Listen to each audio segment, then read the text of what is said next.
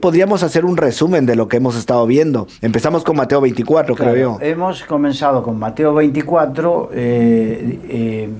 eso nos llevó a Daniel, capítulos 9, nos llevó al libro de Apocalipsis, donde hemos visto, entre otros temas, por ejemplo, los 7 sellos, las trompetas, las copas de la ira. Exacto. Bueno, dentro de lo que es Mateo 24 hemos visto las profecías que tenían que ver con respecto a también al rapto, todo lo que tenía que ver con los últimos tiempos.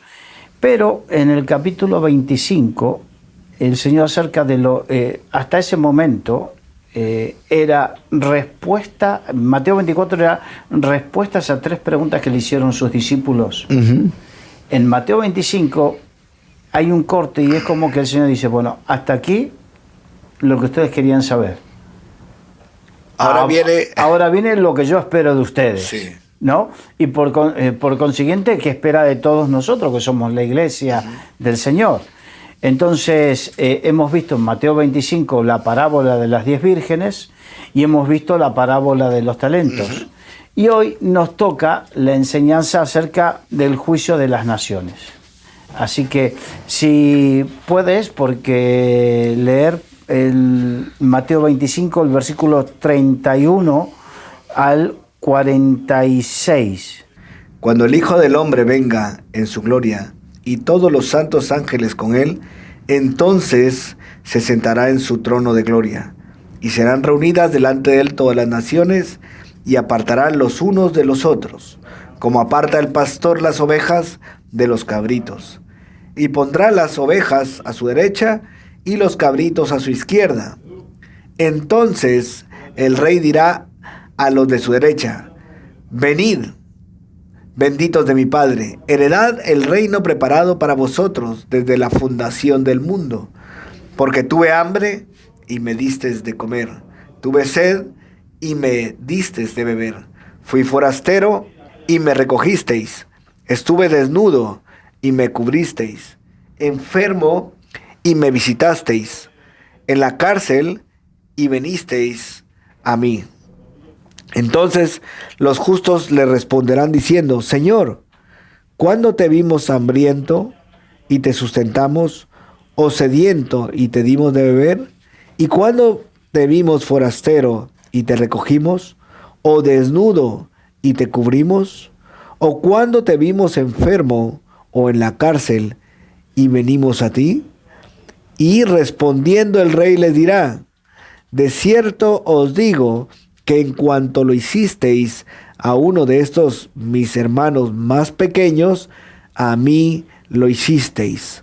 Entonces dirá también a los de la izquierda: apartaos de mí, malditos, al fuego eterno, preparado para el diablo y sus ángeles, porque tuve hambre y no me disteis de comer, tuve sed y no me disteis de beber, fui forastero y no me recogisteis, estuve desnudo y no me cubristeis, enfermo y en la cárcel y no me visitasteis.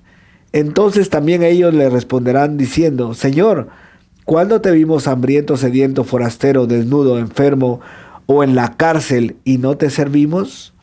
Entonces le responderá diciendo: de cierto os digo que en cuanto no lo hicisteis a uno de estos más pequeños, tampoco a mí lo hicisteis. E irán estos al castigo eterno y a los justos a la vida eterna.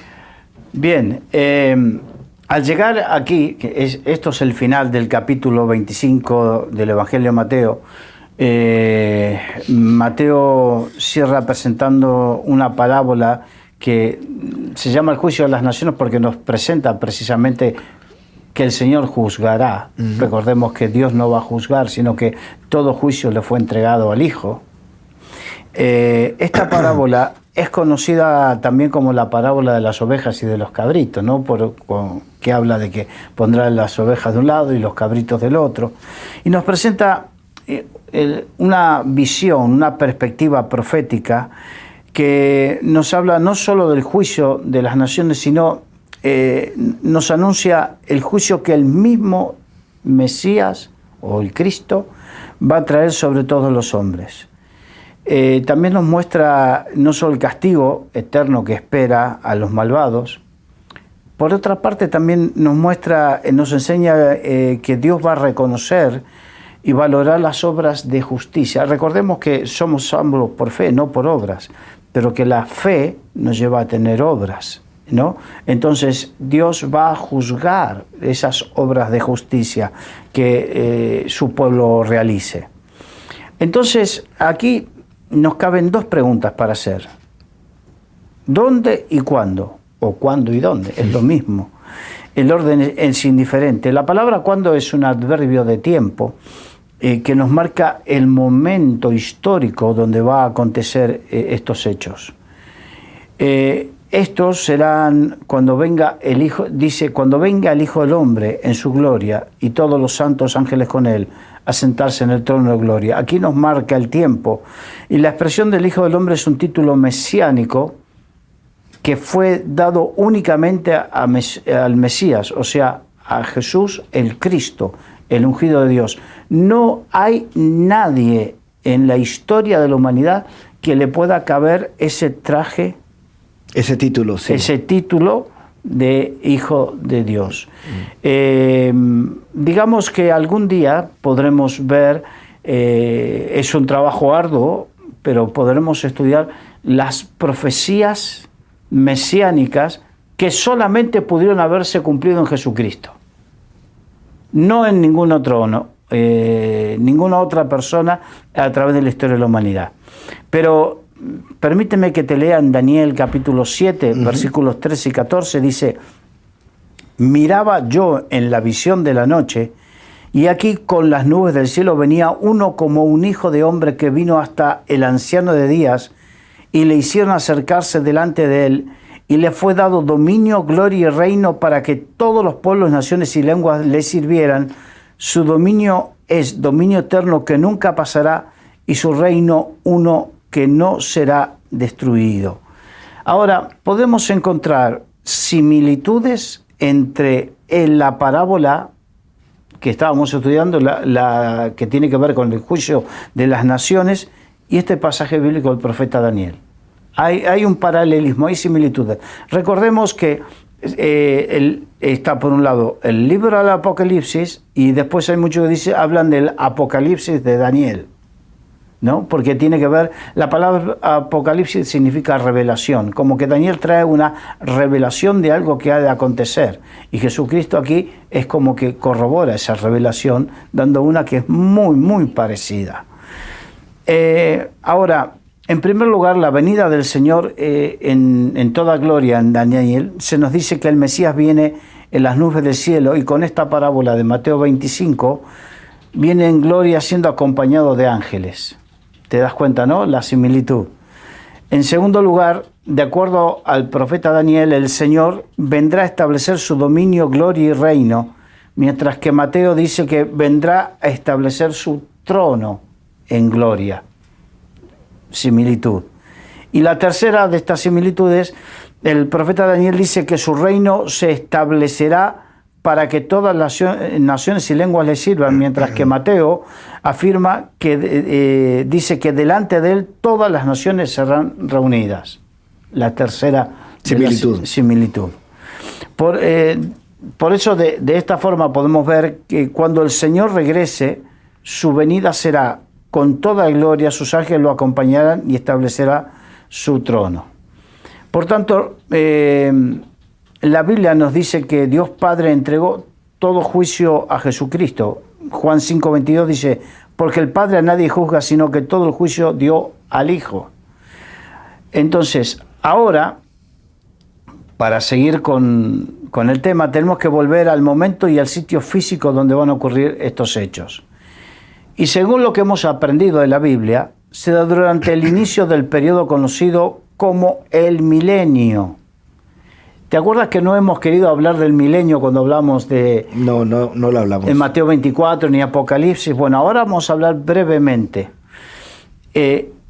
Entonces, el cuándo será durante el inicio del milenio. ¿Y en dónde será? En la tierra, porque el milenio será establecido en la tierra.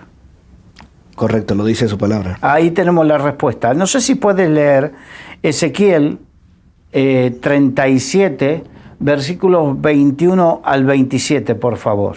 Y les dirás, así ha dicho Jehová el Señor. He aquí yo tomo a los hijos de Israel de entre las naciones a las cuales fueron, y los recogeré de todas partes, y los traeré a su tierra, y los haré una nación en la tierra, en los montes de Israel, y un rey será a todos ellos por rey, y nunca más serán dos naciones, ni nunca más serán divididos en dos reinos, ni se contaminarán ya más con sus ídolos, con sus abominaciones y con todas sus rebeliones, y los salvaré de todas sus rebeliones con las cuales pecaron, y los limpiaré, y me serán por pueblo, y yo a ellos por Dios. Mi siervo David será rey sobre ellos, y todos ellos tendrán un solo pastor, y andarán en mis preceptos, y mis estatutos guardarán, y los pondrán por obra. Habitarán en la tierra que di a mi siervo Jacob, en la cual habitaron vuestros padres. En ella habitarán ellos, sus hijos, y los hijos de sus hijos para siempre. Y mi siervo David será príncipe de ellos para siempre. Y haré con ellos pacto de paz. Pacto perpetuo será con ellos. Y los estableceré y los multiplicaré. Y pondré mi santuario entre ellos para siempre. Estará en medio de ellos mi tabernáculo, y seré a ellos por Dios, y ellos me serán por pueblo. Y sabrán las naciones que yo Jehová santifico a Israel, estando mi santuario en medio de ellos para siempre. Bien, aquí el profeta Ezequiel nos habla de la unidad del pueblo de Israel. Recordemos que el pueblo de Israel estuvo durante siglos dividido entre el reino del norte y el reino del sur, entre el reino de Israel y el reino de Judá. Ahora, este pueblo ahí va a estar unido, ya no serán más dos pueblos, habitarán en la tierra que se le había prometido a Jacob y donde reinará David, mi siervo. Es una clara referencia profética al Mesías, o sea, a Jesucristo, que es descendiente directo del rey David. Cuando a veces leemos, sobre todo en Mateo, leemos las genealogías, que a veces el leer las genealogías es un poco, ¿no?, cansador. Un poco, sí. Pero resulta que los judíos, para ellos era muy importante la genealogía por el tema del linaje, y ahí vemos que Jesucristo es del linaje de David. Y le daban mucha importancia. Le daban mucha importancia. Entonces, cuando dice David, mi siervo, no estaba hablando del rey David, sino del linaje de David, que es Jesucristo. Por eso hay cosas que a medida que vas adentrándote en el estudio de la Biblia, van cobrando su importancia, ¿no? Cosas que son menores, como por ejemplo en este caso las genealogías, son las que te marcan verdaderamente por qué, en este caso, el linaje de David. Apocalipsis 24 dice: y vi tronos, y se sentaron sobre ellos los que recibieron facultad de juzgar, y vi las almas de los decapitados por causa del testimonio de Jesús y por la palabra de Dios, los que no habían adorado a la bestia ni a su imagen, y que no recibieron la marca en sus frentes ni en sus manos, y vivieron y reinaron con Cristo 1000 años. Interesante. Interesante. Aquí aparece ya directamente 1000 años, reinando Cristo 1000 años. Ahora bien, el Señor no solo vendrá a establecer su trono de justicia a esta tierra, sino también traerá juicio sobre todas las naciones. Versículo 32 de Mateo 25 dice: y serán reunidas delante de él todas las naciones, y apartará los unos de los otros, como aparta el pastor las ovejas de los cabritos, y pondrá las ovejas a su derecha y los cabritos a su izquierda. La palabra que se traduce por naciones no tiene nada que ver con lo que nosotros entendemos como países hoy, ¿no?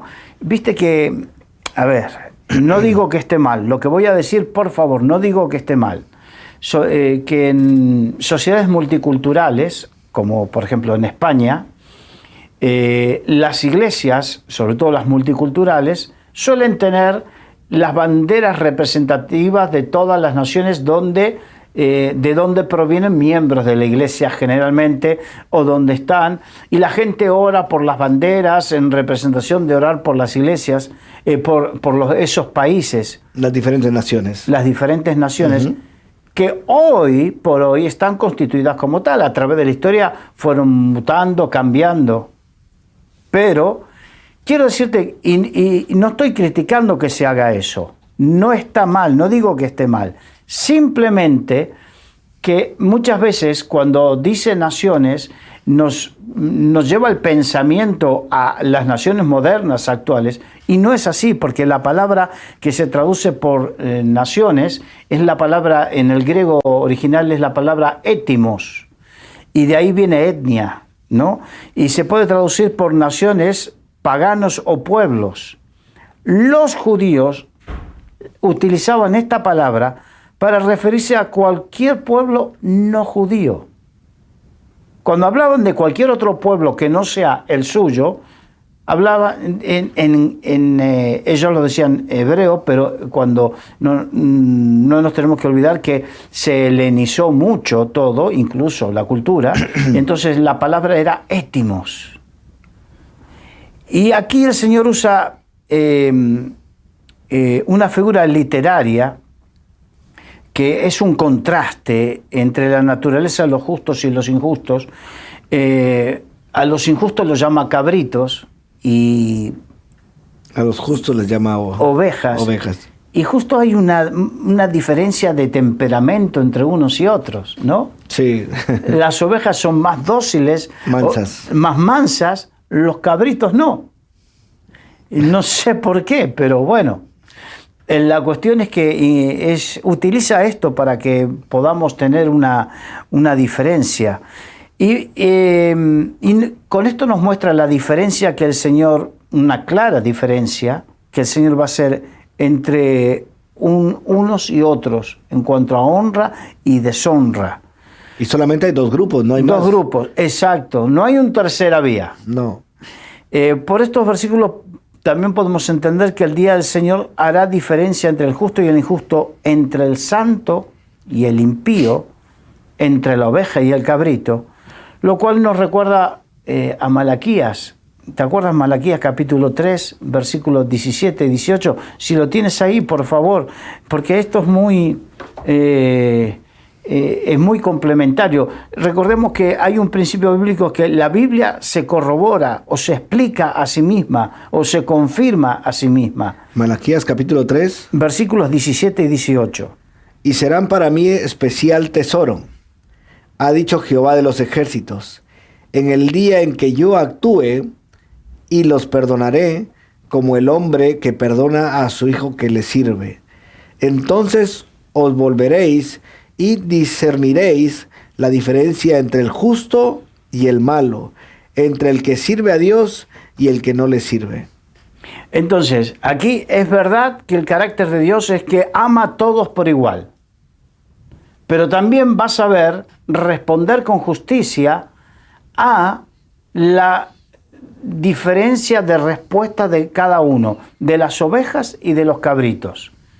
Los cabritos y las ovejas no son otra cosa que la diferencia entre los que responden favorablemente al amor y al llamado de Dios y los que no responden favorablemente al amor y al llamado de Dios. Los que le sirven, los que le aman y los que le rechazan. Los que le aman, los que le obedecen, le aman y le sirven, y los que le rechazan. De una u otra manera, le rechazan.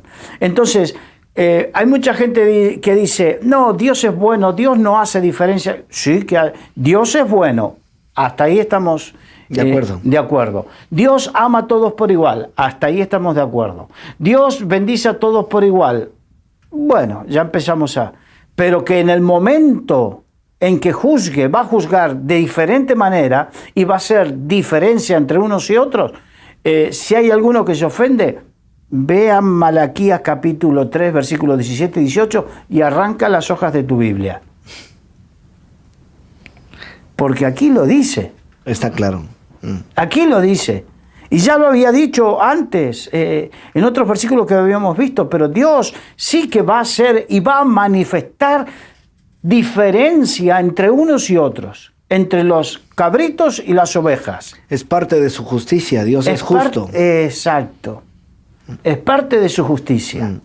Entonces, esto es para que nadie se llame engaño, en que no va a haber diferencia. Sí que va a haber diferencia. Ahora, tenemos que decir que hoy en día hay quizás muy poco valor que se le da al mundo a los principios del Evangelio, a aquellos que viven por estos principios. Y muchos pueden llegar a preguntarse si vale la pena hacerlo, vivir por los principios de Dios o no. Pero la verdad que sí vale la pena, porque llegará el día donde se hará la diferencia entre aquellos que vivieron justamente y aquellos que no vivieron justamente. Unos serán honrados y otros no. Y cuando yo escucho la palabra de los que viven justamente, pues la palabra de Dios también dice que nosotros somos justificados por la sangre de Cristo, ¿verdad? Entonces hay hablando de los grupos, ese grupo de hombres que han sido justificados por Cristo y que le han amado y le han servido. Hablabas también acerca de la fe y por ende vienen las obras, ¿verdad? Claro, es que la fe sin obediencia no existe. Sí, la fe sin obras es muerta, dice. Claro, pero el concepto de fe es, si yo tengo fe, esa fe me lleva a ser obediente. Por eso, cuando hablamos del bautismo, no me quiero alejar mucho del tema, pero cuando hablamos del bautismo y la gente dice, yo tengo fe, ¿y por qué no te bautizas? Es porque no sé, no lo siento. Entonces no tiene fe, porque el que cree, por eso dice el Señor, que el que no se bautiza no puede participar del cuerpo y la sangre de Cristo, porque aún no ha discernido, significa aún no ha entendido. Si verdaderamente entiendes, cuando tienes fe, obedeces. Es el producto de una verdadera fe. Es el producto de una verdadera fe. Y el siguiente paso, el siguiente producto es que te lleva a tener obras. Fe, obediencia, obras. Fe, obediencia, obras. Esa es la ecuación perfecta. La ecuación perfecta, como profesor de matemáticas lo has definido. Ahora, volvamos a Mateo 25. Si puedes leer nuevamente del 35 al 40. Del 34 al 40, por favor. Entonces el rey dirá a los de su derecha, venid, benditos de mi Padre, heredad el reino preparado para vosotros desde la fundación del mundo. Porque tuve hambre y me disteis de comer, tuve sed y me disteis de beber, fui forastero y me recogisteis, estuve desnudo y me cubristeis, enfermo y me visitasteis, en la cárcel y venisteis a mí. Entonces los justos le responderán diciendo, Señor, ¿cuándo te vimos hambriento y te sustentamos, o sediento y te dimos de beber? ¿Y cuándo te vimos forastero y te recogimos, o desnudo y te cubrimos? ¿O cuándo te vimos enfermo o en la cárcel y venimos a ti? Y respondiendo el rey les dirá, de cierto os digo que en cuanto lo hicisteis a uno de estos mis hermanos más pequeños, a mí lo hicisteis. Amén. Aquí vamos a dos temas rápidamente. Aquí tenemos que enlazarlo con la parábola de los talentos. Los talentos, recordemos que eran dones, sean ministeriales, de servicio o espirituales, los dones del Espíritu Santo, que Dios daba a su pueblo para realizar la obra, ¿no? Entonces, aquí el Señor dice, diste de comer, visitaste, consolaste, o sea, utilizaste esos dones. Si utilizaste esos dones, a mí me lo hiciste. Si dejaste de hacerlo, a mí me dejaste de hacer. Está claro que los dones son, como dice la Biblia, ¿verdad?, para edificación del cuerpo. Claro. O sea, el don que yo tengo no es para mí y quedármelo yo, sino es para edificación del cuerpo. Y lo podemos corroborar con los datos, claro, ¿verdad? Entonces tenemos que Dios juzgará a todo étimo, a toda etnia, a toda persona que hable cualquier lengua, sea judío o no judío. Dios juzgará. Y dentro de los que son creyentes, dentro de los que han creído, Dios los juzgará conforme a qué has hecho con los dones que te he dado. Eso es lo que vimos, La parábola de talentos. la sí. parábola de los talentos, que lo vimos en el programa anterior. Ujú. Entonces, vieron cómo se enlaza uno con otro. Y por otra parte, estos versículos vemos el tema de la recompensa de los justos por las obras que realizaron. O sea, aquellos justos que por su fe provoquen obras, tendrán recompensa. Recordemos, la salvación no es por obras, es por fe. La fe, la obediencia nos lleva a tener obras. Y estas serán recompensadas por Dios. ¿Por qué? Volvemos. Jesucristo mismo dijo, si se lo hiciste a Él, a mí me lo hiciste. Si pasaste de Él, de mí pasaste. Eso es lo que dice. Por cuanto lo hiciste a uno de los más pequeños, de mis hermanos. Menciona Sí. la palabra hermano, ¿verdad? De los más Por eso es tan pequeños. importante. Muchos dicen, Señor, quiero servirte. Bien. ¿Y cómo vas a servir al Señor? Sirviendo al prójimo. ¿Cómo amarás al Señor tu Dios y al prójimo Como a ti mismo. como a ti mismo? En eso se resume la ley Se y los resume la ley de profetas. los profetas. Para que nos demos cuenta que mucha gente... Hace poco estaba viendo un vídeo donde un pastor contaba que en su país, un país latinoamericano, resulta que con la pandemia se cerraron muchas iglesias, se habían dejado de congregar la gente, bueno, y una mujer le dijo, es que yo ya no tengo ministerio, ¿y qué hacías en la iglesia? Y este hombre le decía, esta mujer le decía a su pastor, yo cocinaba en la iglesia para los hermanos, para la gente.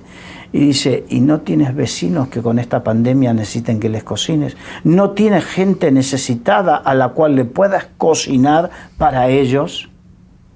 ¿O porque no hay templo ahora se terminó el servicio?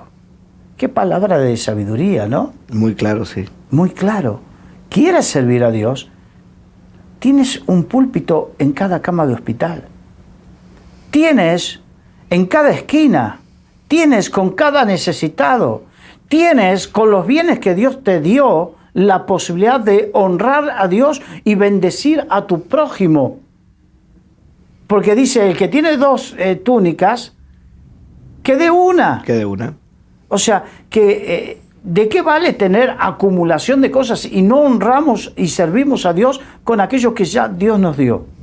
Por eso los ministerios que más crecen son aquellos ministerios que están dispuestos a despojarse, que no están aferrados a lo material, sino que dan, comparten y dan, y Dios les provee. Es interesante y muy importante lo del tema del prójimo, porque al final es como un brazo más, ¿verdad? Están los dos brazos. Amarás al Señor tu Dios con todo tu corazón, con toda tu alma y con todas tus fuerzas, pero amarás a tu prójimo como a ti mismo. Exacto. Entonces, esto es muy importante que lo entendamos, porque si no nos podemos quedar solamente con una parte eclesiástica y de lo que podríamos decir de litúrgica, ¿no? Podemos convertirnos en una iglesia que viva solamente en forma litúrgica, pero que no viva, porque la iglesia litúrgica es la que vive su liturgia dentro del templo y dentro del horario donde dura el servicio. ¿Y después qué? Se acabó. Se acabó. Entonces, verdaderamente cuando entendemos esto, entendemos que cuando Dios te llama a las 24 horas del día, los 7 días de la semana, las 52 semanas de año, los 12 meses del año, en todo tiempo. Dios te llama a servir y en tu trabajo tienes un púlpito.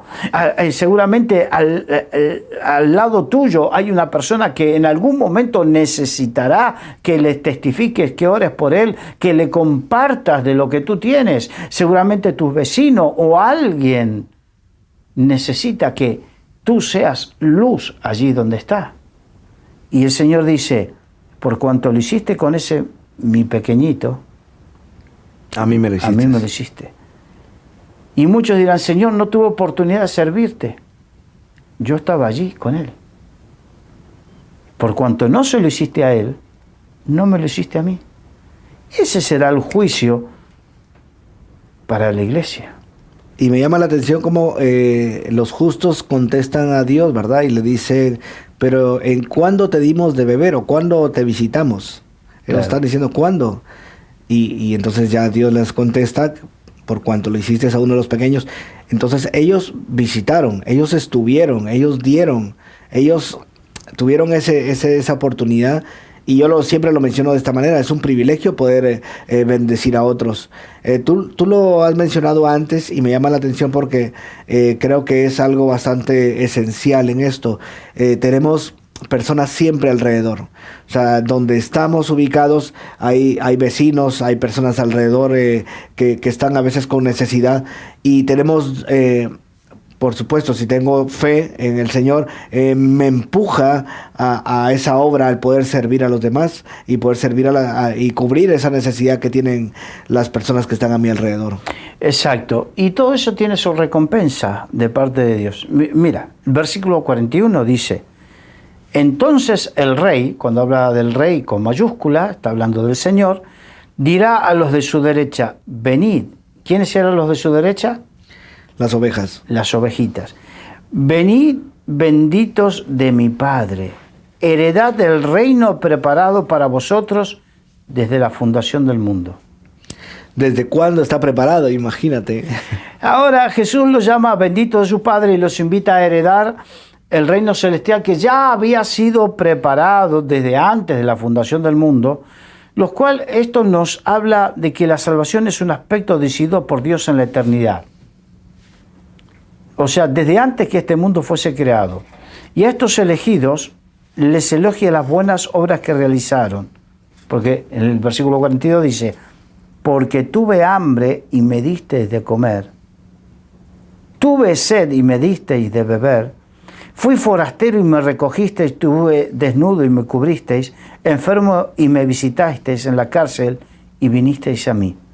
Aquí vemos el carácter misericordioso y bondadoso de los justos. O sea, el carácter de Cristo manifestado en su pueblo. Un carácter bondadoso. Fueron movidos a realizar obras de misericordia a favor del prójimo.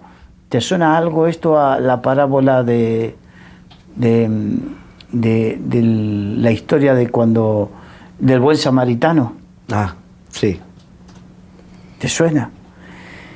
En especial, esta hace énfasis en los más desfavorecidos como pobres, desamparados, enfermos y encarcelados. Queda claro que estas obras eran desinteresadas, porque al estar hablando de hacer obras hacia los más desfavorecidos, son de aquellos que no te pueden recompensar. No estás haciendo algo esperando recompensa. No quiere decir que las personas adineradas, no. El tema es, tenemos que hacer las obras no esperando recompensa o no eligiendo, si le hago no recibo recompensa de porque no tiene donde caerse muerto. Pero si se lo hago al otro, el otro me puede recompensar, porque no. Eso es hacer las cosas de forma egoísta, pensando en mí. Pensando en la recompensa. Entonces, yo no tengo que hacerlo pensando en la recompensa. Y aquí nos muestra que estas personas, estos justos, se preguntaban, ¿y cuándo hicimos esto a favor tuyo? Ellos no hicieron nada esperando recompensa. Lo hicieron por amor. El Espíritu de Cristo en ellos. Las verdaderas obras de justicia. En el versículo 37-40 dice, entonces los justos le respondieron diciendo, Señor, ¿cuándo te vimos hambriento y te sustentamos, o sediento y te dimos de beber? ¿Y cuándo te vimos forastero y te recogimos, o desnudo y te cubrimos? ¿O cuándo te vimos enfermo o en la cárcel y vinimos a ti? Y respondiendo el rey les dirá, de cierto os digo que en cuanto lo hicisteis a uno de estos mis hermanos, más pequeño a mí me lo hicisteis. Ahora, tenemos que recordar lo que hemos aprendido la semana pasada, cuando estudiamos la parábola de los talentos, que, como dijimos recién, los talentos eran dones, herramientas dadas por Dios para que hagamos obras. Y yo, aunque sea reiterativo, esos talentos que a todos nos fueron dados de una u otra manera, Dios pedirá cuenta, ¿qué has hecho con esos talentos? Y eso me hace recordar el que enterró su talento también, ¿verdad? Claro, por eso hay algunos que lo entierran, hay algunos que invierten lo que tienen, que Dios dio conforme a la capacidad de cada uno. Entonces, no estés diciendo, ¿qué hago yo? No tengo talento. Seguramente alguno tendrás, no lo entierres. Y otros dirán, pero este talento no lo menosprecies, no lo entierres ni lo menosprecies. Ponlo a trabajar para el reino de Dios. Ora, ayuna, ponlo a trabajar, ponlo, ofrécelo en la obra donde tú estás, ofrécelo y verás cómo Dios marcará la diferencia. Ahora en Santiago 1:27, no sé si lo tienes por ahí y lo puedes leer, por favor. La religión pura y sin mácula delante de Dios el Padre es esta: visitar a los huérfanos y a las viudas en sus tribulaciones y guardarse sin mancha del mundo. La vida cristiana no solo se trata de expresiones verbales, sino de una fe que actúa. La verdadera fe consiste en dar frutos. Los frutos son los que muestran, hablan más fuerte que 1000 palabras. Y según Santiago, son vivir una santidad mostrando un buen testimonio, ayudando a los necesitados. Por ello el apóstol Santiago dice que sin fe las obras es muerta. Y aquí lo dice, ya que tienes en Santiago 2, 14 al 18. Hermanos míos, ¿de qué aprovechará si alguno dice que tiene fe y no tiene obras? ¿Podrá la fe salvarle? Si un hermano o una hermana están desnudos y tienen necesidad de mantenimiento de cada día, y alguno de vosotros les dice, id en paz, calentaos y saciaos, pero no les dais las cosas que son necesarias para el cuerpo, ¿de qué aprovecha? Así también la fe, si no tiene obras, es muerta en sí misma. Pero alguno dirá, tú tienes fe y yo tengo obras. Muéstrame tu fe sin tus obras y yo te mostraré mi fe por mis obras. Bien, aquí vemos cosas claras, ¿no? Bien, vamos a separar la cuestión teológica. Primero la fe, no las obras. Porque si no, vamos a estar como algunos principios de la Iglesia Católica, que según lo que yo hago, adquiero o alcanzo niveles de salvación. No. No. Primero la fe. La salvación es por fe. Y a partir de ahí viene todo lo demás. Esa misma fe, en la medida que se desarrolla, con obediencia, con amor, con obediencia a un llamado, con búsqueda de lo que Dios me ha dado, ponerlo a trabajar, eso me va a llevar precisamente a esto, a tener obras. Y estas obras, fíjate que dice, habla de los necesitados. ¿De qué aprovechar si alguno dice tener fe y no tiene obras? ¿Podrá la fe salvarle? O si un hermano, una persona, están desnudos y tienen necesidad del mantenimiento de cada día, cuando se le dice, no, yo tengo fe, y muchas veces como hacemos, que oramos y le decimos, vamos a hacer una oración, y me quedo solamente en la oración. Con la oración no se come. Claro. Con la oración sigo bajo las estrellas si estoy en la calle. Con la oración no me visto. Con la oración no cubro las necesidades. Aquí estaba hablando de algo más práctico, porque a veces terminamos espiritualizando todo de tal manera que no nos damos cuenta, y verdaderamente sucede que no nos damos cuenta que espiritualizamos lo que no se debe espiritualizar. Y verdaderamente tenemos que entender esto, porque las necesidades de la gente, Dios nos llamó a cubrirlas. Dios nos llamó a cubrirlas. Por eso, ministerios que solamente se ocupen de lo espiritual y no tengan carga por la parte natural, son ministerios que terminan cojos, renqueantes. Algo le falta ese equilibrio. ¿Por qué? Me puedes decir, yo tengo fe y hago milagros. Bueno, y los otros dirán, con razón, me parece bien, pero yo te muestro que tengo fe no por lo que digo, sino por las obras que hago, ¿no? Porque evidentemente hay que tener fe para en momentos críticos lanzarse a darle de comer a los demás. Está claro, y me gusta cómo Santiago lo dice porque lo resume diciendo las obras son la evidencia de una verdadera fe. Yo tengo fe, pero las obras son como esa afirmación de una verdadera fe. Exacto. ¿Por qué? Hay mucha gente que se queda solamente en esto, y vamos a hacer hincapié en esto, porque estamos hablando de, enlazando, que Dios juzgará y hará diferencia entre unos y otros, y lo hará entre aquellos que tienen dones y no los ponen a trabajar, no los ponen a funcionar para el reino de los cielos. Entonces, y hay algunos que no descubren o no saben que tienen determinados dones porque solamente fueron enseñados a que solamente tienes dones si eres apóstol, profeta, evangelista, pastor o maestro.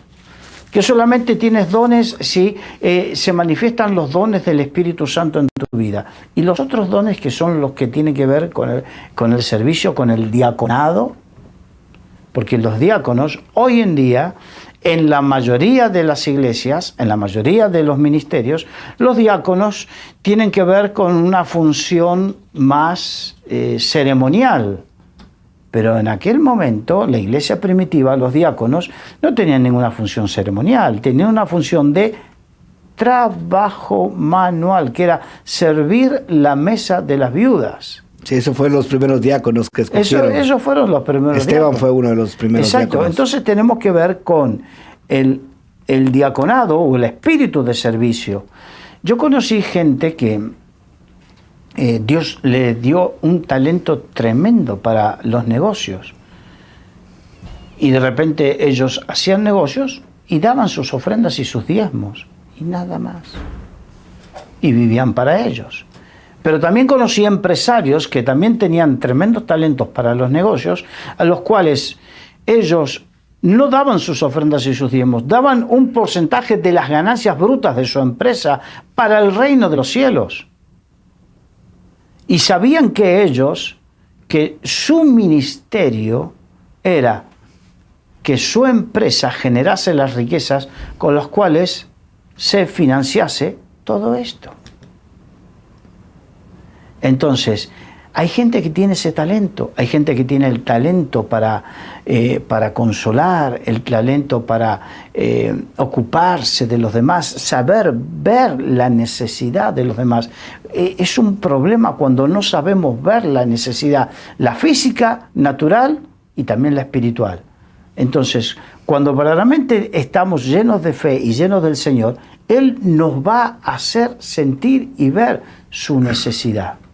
Y esto es lo que me gustaría que, para terminar, porque hoy estamos terminando con Mateo 24 y Mateo 25. Recordemos, Mateo 24 era lo que a los discípulos les interesaba acerca de los tiempos finales.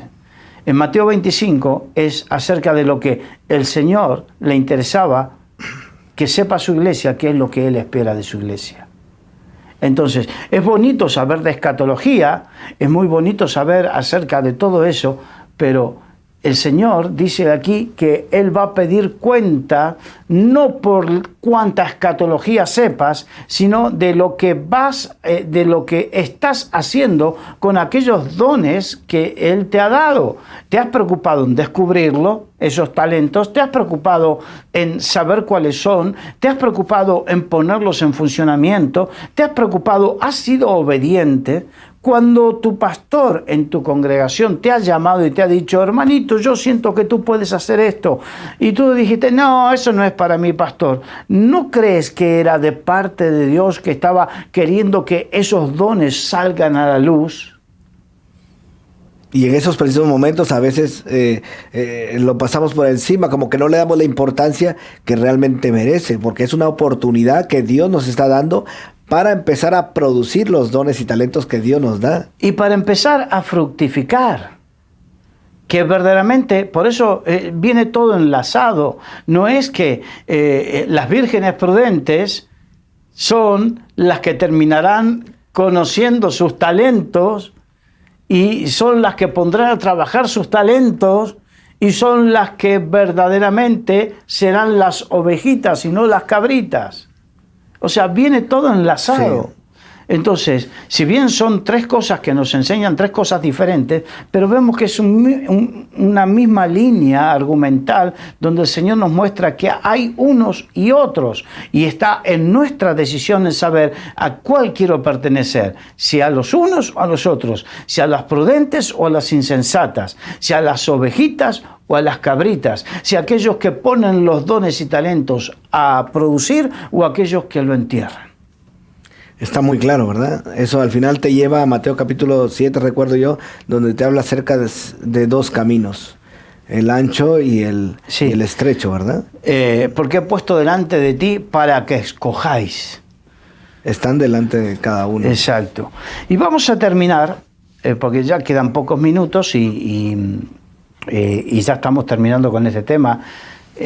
Mateo 25, 46, si lo tienes y lo puedes leer, porque estamos hablando de aquello con lo cual ya el Señor cierra esta parte profética, que empezamos con el capítulo 24 y el capítulo 25 de Mateo. E irán estos al castigo eterno y los justos a la vida eterna. Bien, queda claro que en su segundo regreso el Señor será para juzgar a las naciones, étimos, recordemos, los cuales un día le han rechazado, pero el día de su segundo regreso establecerá su reino con poder y con gloria, y ahí también, en ese juicio, hará diferencia entre el justo y el injusto. Y en su juicio los malvados serán condenados por sus pecados, mientras que los justos serán recompensados según sus obras. Habrá un juicio y otro juicio dentro de ese juicio. Un juicio entre justos e injustos, y dentro de los justos habrá otra diferenciación entre los que fueron vírgenes prudentes y las insensatas. Y las insensatas, entre los administradores diligentes y negligentes, y entre ovejas y cabritos. Ahí está toda la diferenciación. Por eso, aquellos que de repente nos están viendo, escuchando, han seguido toda esta serie, que quiero decirles que está tanto en Facebook como en YouTube. En YouTube, en Solidaria TV, allí hay una donde dice listas, si bien hay muchas cosas muy interesantes, pero donde dice listas, ahí pueden encontrar todas estas enseñanzas de Mateo 24, 25, con lo cual terminamos hoy, pero para estudiar y volver a estudiar y volver a estudiar, pero lo importante es esto: ¿qué voy a hacer? Porque cuando el Señor venga, las cosas va a pedir cuentas. ¿Qué has hecho? Sí, y tú dices, yo podría, me gustaría agregar esto, es cuando leemos esta parte, pues nos confronta la palabra, ¿verdad? Realmente, ¿qué estoy haciendo? ¿Qué estoy haciendo yo con mi vida? Para las personas que nos ven y nos escuchan, ¿qué estamos haciendo? Nuestra fe, y eso produce algún tipo de obra. ¿Estamos realmente dando de comer al necesitado, estamos dando de beber al más pequeño, estamos visitando, estamos cubriendo. Yo cuando leíamos esta parte miraba las necesidades que hay. Muy bien, cuando tuve sed, cuando tuve hambre, cuando estuve desnudo, cuando estuve forastero, cuando estuve en la cárcel, cuando estuve serie, enfermo, cuando estuve enfermo, toda la serie de necesidades que hay y cómo el Señor responde, lo has hecho para a uno de los más pequeños, lo has hecho a mí. Entonces hay una serie de necesidades alrededor de nosotros, nuestro prójimo, y nos evaluamos y la palabra nos confronta y yo digo, ¿qué estamos haciendo? ¿Realmente estamos cubriendo? ¿Realmente estamos llegando a hacerlo? ¿O simplemente amamos al Señor y decimos que amamos al Señor, pero no estamos haciendo nada? Porque si no producimos ese talento, ese don, ¿verdad? Yo creo que la fe es muerta sin obras. Exacto. Y esta es la conclusión de todo esto. Y con hoy terminamos todo este tema, aunque lo que estamos preparando para próximos programas, a la vez nos va a ayudar también a ocultarnos. ¿Por qué? Porque serán como escanear nuestras vidas espirituales. Eso lo haremos a través de las cartas del Apocalipsis, capítulo 2 y capítulo 3, las 7 cartas. Son 7 iglesias que representan a la iglesia en general, y donde nos vamos a poder, las 7 iglesias tienen cosas a favor y cosas en contra, que lo dice el mismo Señor, y ahí vamos a poder vernos en qué estamos faltando. Sí, porque al final esas iglesias son figura de las iglesias de ahora, ¿verdad? Exacto. Y es una revelación también que dio Dios a Juan. A Juan, el apóstol Juan, en la isla de Patmos, recibió el Apocalipsis y ahí le mostró las 7 iglesias que son, no nos vamos a adelantar, pero son representativas de la iglesia en general, y entonces a medida que las vayamos estudiando, cada uno de nosotros podremos ir para aquellas cosas que estamos a favor, no enorgullecernos, pero sí afirmarnos en eso que estamos bien, pero también hay una frase, afirma las cosas que tienen que cambiar. Esa es una frase que aparece en una de las cartas. Entonces, verdaderamente eso es lo que nos expresa el deseo y la voluntad de Dios, que hay cosas que seguramente tendremos que cambiar. Así es, y me gusta cómo hace Dios un escáner en el corazón de cada iglesia, ¿verdad? Porque es el único que puede ver el corazón y la mente y cómo van trabajando y van obrando. Pero bueno, esos son temas que creo que si Dios nos da vida y nos permite, pues estaremos el próximo lunes, ¿verdad? Sí, serán un par de semanas. Un par de semanas estaremos pues con la secuencia de las iglesias y pues hoy concluimos entonces con lo que es capítulo 24, capítulo 25. Por supuesto, que van enlazados, tú lo dijiste al inicio, de varios de los libros, ¿verdad? Que corroboran los datos que son importantes. Pues nada, yo creo que hemos terminado ya con esta parte y para mí, Carlos, ha sido un placer, igual que siempre. Un verdadero placer poder compartir. De gracia recibiste, da de gracia. Sí. Si por gracia de Dios yo he recibido esto, y esto tiene que ver con la enseñanza, si Dios me ha dado este don de poder entender su palabra, si no la comparto con otros, Dios me dirá, ¿qué has hecho con ese talento? ¿Qué has hecho con ese talento? ¿Qué has hecho con ese don? Sí. Por eso, por ejemplo, hay gente que me conoce y sabe que yo no tengo problema, no me importa si son 3 y me tengo que hacer un montón de kilómetros para ir a enseñar la 3 o ir a compartir la 3 o a 4. No tengo problema porque el tema es, Dios me ha dado un don y un talento y yo quiero que cuando el Señor me pida cuenta, me diga, bien has hecho. Sí. ¿Y cómo no hacerlo si realmente nos ha amado tanto, verdad? O sea, es una respuesta al amor que hemos recibido. Él nos amó primero, nosotros le amamos y por ende pues estamos poniendo los dones y talentos y que el Señor haga como Él quiera, ¿verdad? Exacto. A mí me dio esto, a ti otro, a ti otro. La cuestión es que cada uno haga lo que Dios le dio para hacer. Sí, lo que te viniera a la mano para hacer, hazlo según tu fuerza. Exacto, a todos Dios les ha puesto algo en la mano, algunos 2, 3, como dijimos, según las capacidades, pero nos pedirá cuentas, ¿verdad? De lo que nos ha dado el Señor. Muy bien, pues eso ha sido todo por hoy, Carlos. Un placer. Muchas gracias, y gracias a todos los que nos escuchan y nos ven, y hasta la próxima.